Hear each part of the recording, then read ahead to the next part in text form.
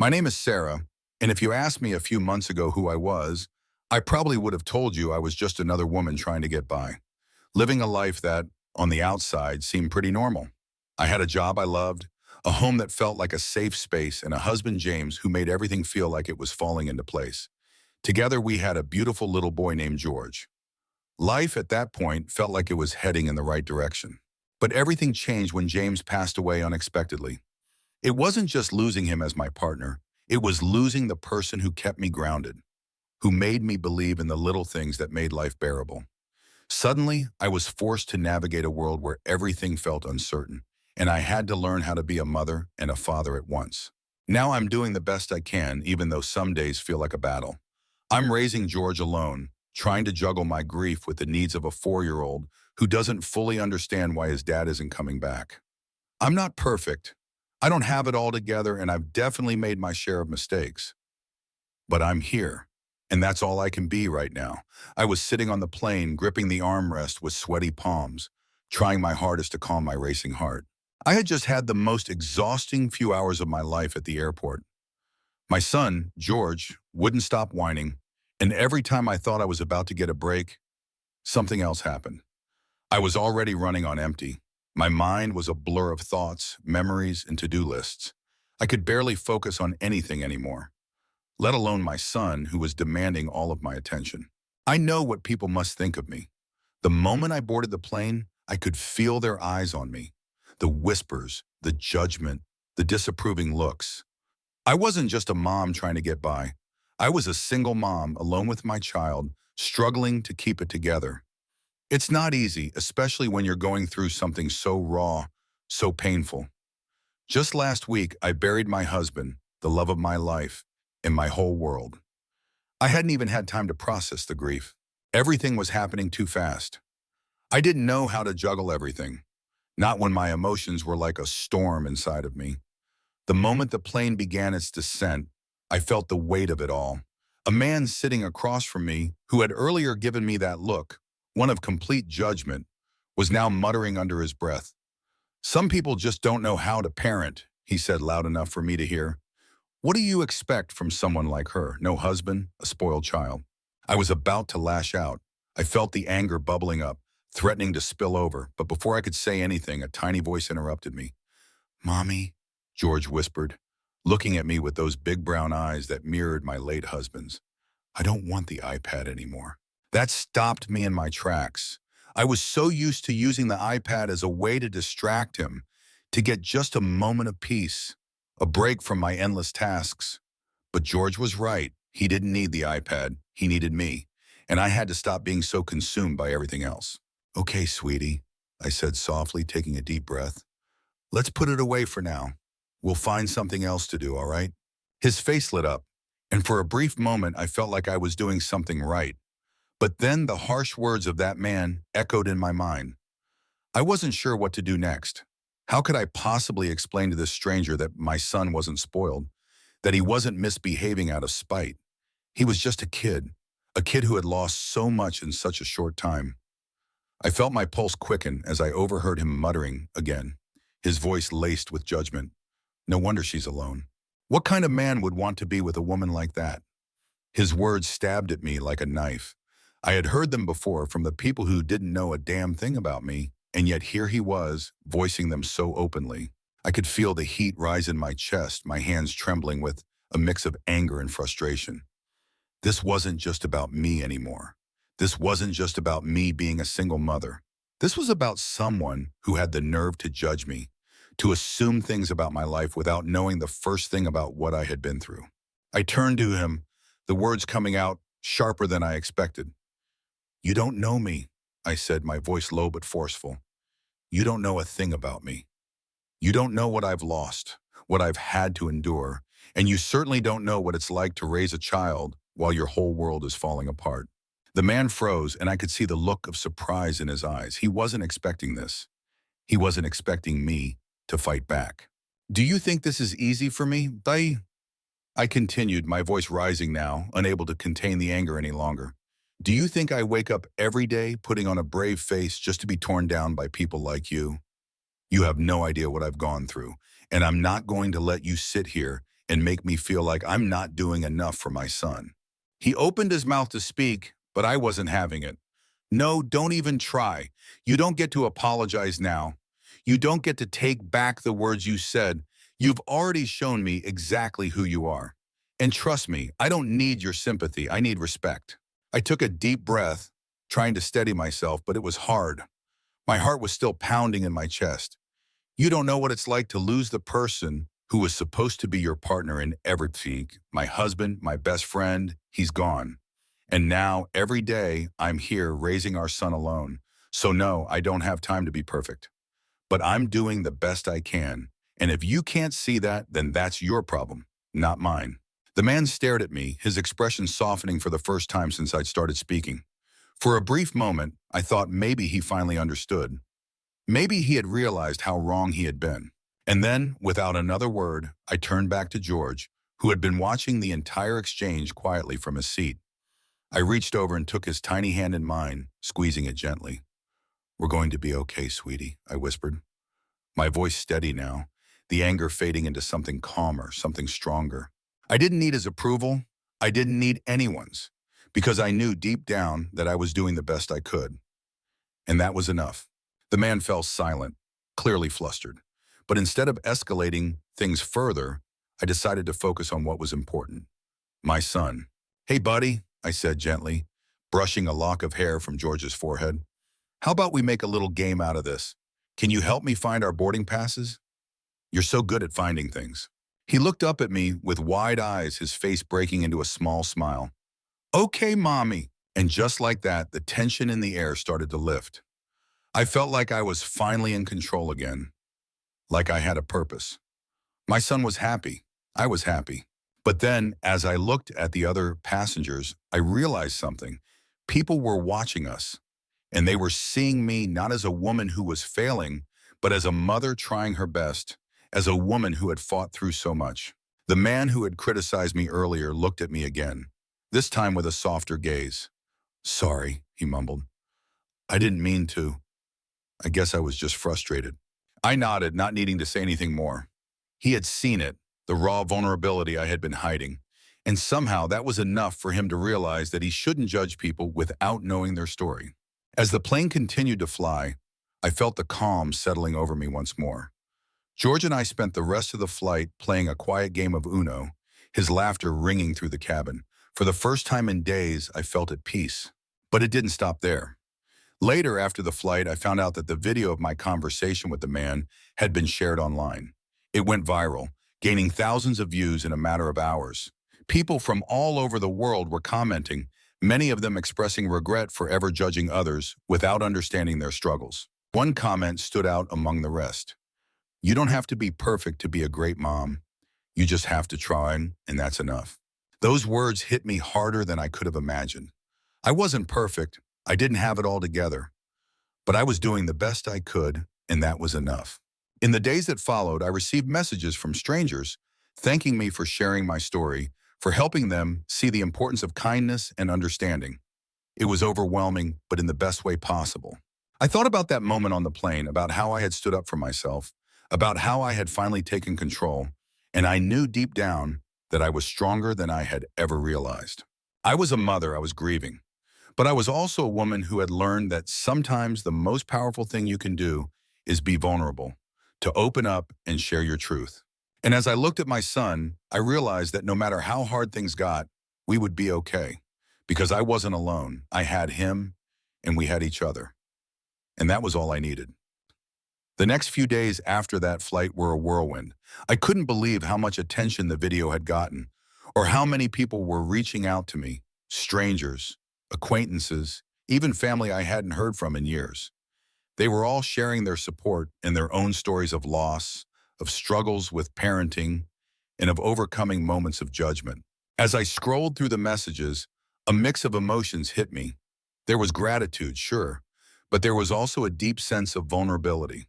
This part of me that I had hidden for so long, my grief, my fears, my insecurities, had suddenly been exposed to the world. I wasn't sure how I felt about it. But then there was George, his innocent smile, his laughter that filled the quiet spaces of my apartment, and the way he would hold my hand when we walked to the store together. It all reminded me, Mal, that this wasn't about perfection. It was about love.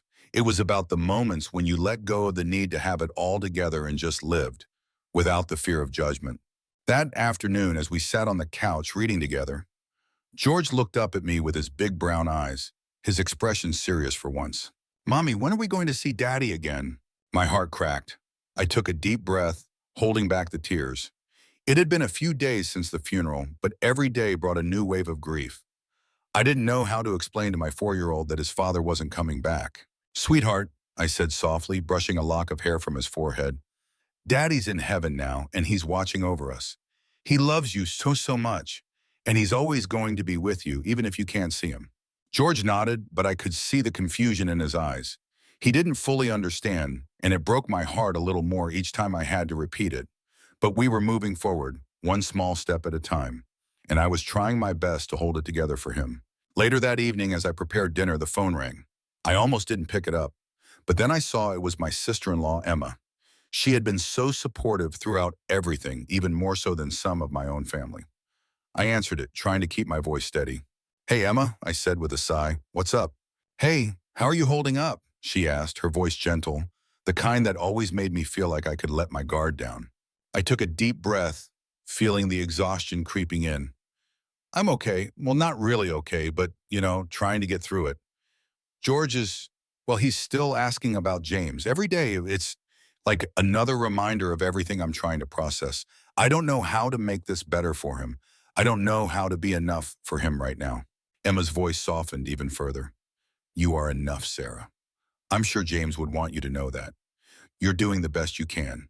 And don't forget, you're not alone in this. We're all here for you." I felt a wave of gratitude wash over me, the warmth of her words grounding me in the chaos of my emotions. "Thank you," I whispered. I needed to hear that. As I hung up the phone, I felt a shift in my mindset.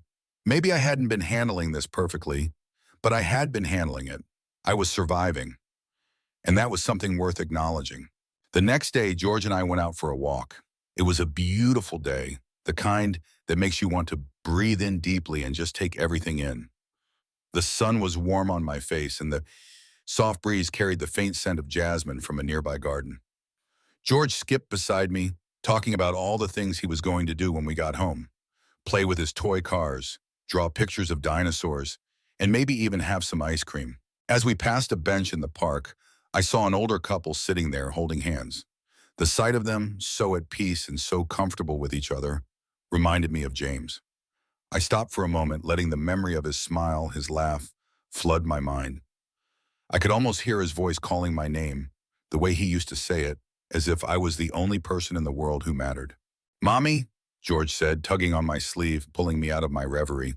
"Let's go play." I smiled at him and followed, grateful for the little moments that reminded me life still had beauty in it, even in the middle of such heartache.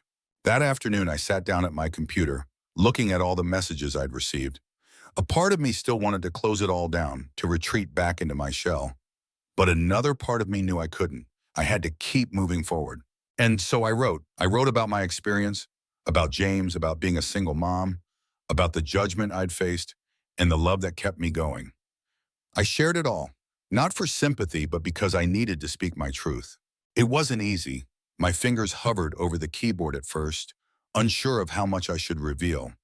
But then I thought about the people who had shared their stories with me, the strangers who had reached out and expressed how much they understood, how much they saw themselves in my words.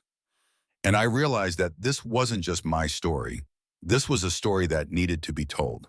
This was a story about grief, about strength, and about the importance of giving yourself grace when the world feels too heavy. After I posted it online, I sat back, watching the likes and comments start to roll in. Some were from people I knew, some from complete strangers. And they all said the same thing, and thank you for sharing this. Thank you for being honest. Thank you for showing us that we're not alone. As I read through the messages, I felt a quiet pride begin to grow inside me. I had been afraid to show my vulnerability, afraid that I wasn't enough. But maybe, just maybe, this was enough.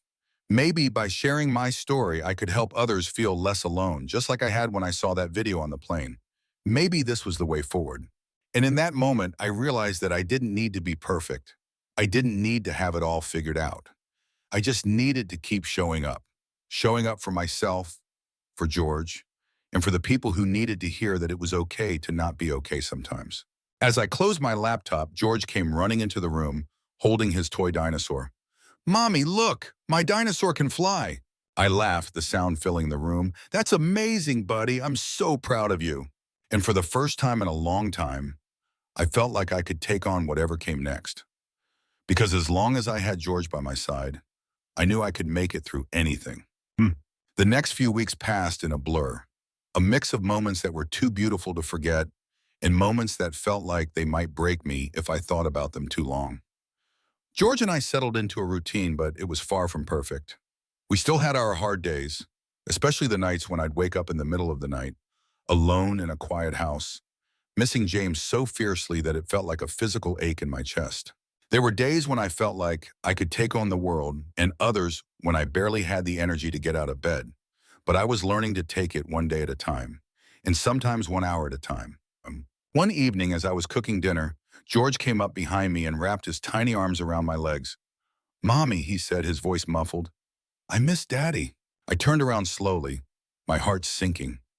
He had been asking about James a lot lately, and it always broke me a little more each time. I crouched down to his level, trying to hold back the tears. "I miss him too, baby. I miss him every day. But you know what? He's always with us, right here." I placed my hand over his chest, right over his heart. And every time you remember him, he's right there with you, loving you. He smiled up at me, though I could see the confusion in his eyes. I knew he didn't fully understand. He was only 4. But I hoped someday he'd understand what I was trying to say. The next day, something unexpected happened. I was walking to the store with George when I ran into a woman I hadn't seen in years. Her name was Carla, an old friend from high school. She looked almost the same, just a little older, with a few more lines around her eyes. But what really struck me was the warmth in her smile, the way she embraced me like no time had passed at all. "Sarah, it's so good to see you. How have you been?" she asked, wrapping her arms around me in a hug. I hesitated for a moment, then returned the hug. "I've been all right, surviving, just trying to keep it together." She pulled back, her eyes softening. "I heard about James. I am so sorry. I can't even imagine what you must be going through." The words hit me harder than I expected. Even though I'd said it 1,000 times, even though I'd written about it online, hearing it out loud from someone who hadn't been in my life for so long made it feel fresh again. "I'm doing the best I can," I said, blinking back tears. "George, he asks about his dad every day." Carla nodded sympathetically, then glanced down at George, who was holding my hand, looking up at her with his big eyes. "Hey, little man," she said with a smile. "I bet you're a strong boy, just like your daddy, huh?" George smiled shyly, but I could see a spark in his eyes, a sense of recognition. I wondered if he remembered James more than I thought. "Do you want to grab coffee? I'd love to catch up, even just for a little while," Carla suggested. "I think you could use a break." I looked at George. He was holding my hand tightly, but I could tell he was starting to get restless. I needed a break, more than I realized. "Okay, let's do it," I said, making up my mind. "Just for a bit." We sat in a little cafe nearby, chatting about life, about old friends, and about everything in between. It felt good to talk to someone who didn't know my story from the internet or from other people. Someone who didn't judge me based on what they saw. As we sat there, sipping our drinks, Carla asked, "Have you thought about going back to work? Maybe taking on something part-time? I know you've been through a lot, but maybe it's time to think about what you want now. Something for you, you know?" I hadn't thought about it much. The idea of work seemed so distant, so far from what I could handle right now. But the more I sat there, the more the thoughts started to take root. Maybe it was time for me to do something for myself. Maybe I had been so focused on surviving, on just making it through each day, that I had forgotten what it felt like to really live. I've been thinking about it," I said slowly. "Maybe not work right away, but something, a hobby or something." Carla smiled knowingly. "That's a good start. Maybe a little more time for you, for things that make you happy. I'm sure James would want that for you too." Her words hit me like a wave. I hadn't thought about it like that, but I was starting to realize that taking care of myself didn't mean I was neglecting George or James's memory. It meant that I was giving myself the space to heal, to grow, and to be there for George in ways I hadn't been before. After we finished our coffee, Carla and I said our goodbyes, and I felt lighter. It wasn't just the conversation, but the realization that maybe I wasn't as stuck as I had felt. I could still move forward, even if it was one tiny step at a time. As George and I walked home, his hand in mine, I looked at him and smiled. "How about we start working on your big dinosaur project, huh?" He grinned. "Yes, Mommy, I'll make the biggest dinosaur ever." I chuckled, my heart feeling a little fuller, a little less heavy. Maybe I didn't have it all figured out. Maybe I wasn't sure about the future. But at that moment, with George by my side, I felt like I was exactly where I needed to be. The next day, I signed up for an online writing class.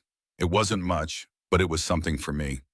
A small step toward reclaiming a piece of myself that had been lost in the chaos. I had always loved writing, but I had put it aside in favor of being everything for everyone else. Now I was ready to put a little bit of time into something just for me. I still had a long road ahead. Some days were easier than others. But each day that passed, I learned a little more about what it meant to keep moving forward, to honor the memory of James, and to give George the best version of myself that I could be. Not perfect, but real. And that was enough. As the days went on, I found myself feeling stronger in ways I didn't expect. I wasn't fully healed, not by a long shot, but I was learning how to live with the grief. And in doing so, I was discovering pieces of myself that had been buried under years of worry, pain, and responsibility. One evening, as I sat at my desk with my laptop open, writing the first few paragraphs of what I hoped would become a book, George came into the room holding his favorite stuffed animal.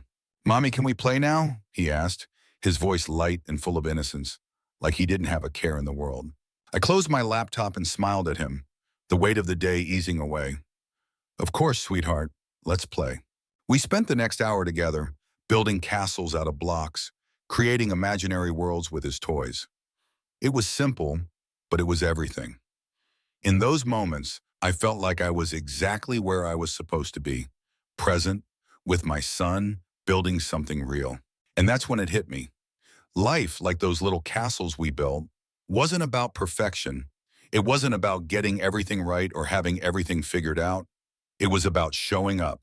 It was about putting in the effort, no matter how small, to create something meaningful from the chaos. It was about making the most of the moments that mattered, even if those moments were fleeting. I knew there would still be tough days ahead. There would still be nights when the grief would come flooding back, and moments when I'd doubt myself.